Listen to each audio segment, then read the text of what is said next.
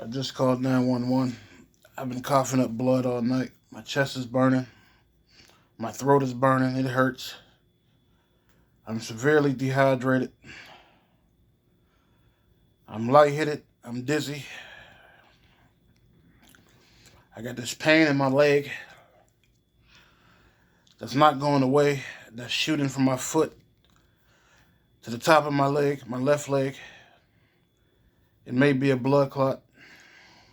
I think it is a blood clot because I've never had pain in my leg before like this. This acid indigestion. I don't know why I'm coughing up blood, but I believe this has something to do with it. I don't know if this blood clot broke off or not, but my leg is still hurting. But this is how much I've urinated since a little over a day. And if I survive this, the FBI is going to tell me nothing's wrong with me. They're going to give me IV fluids and make them drip like a faucet. And I'm going to get no medical treatment.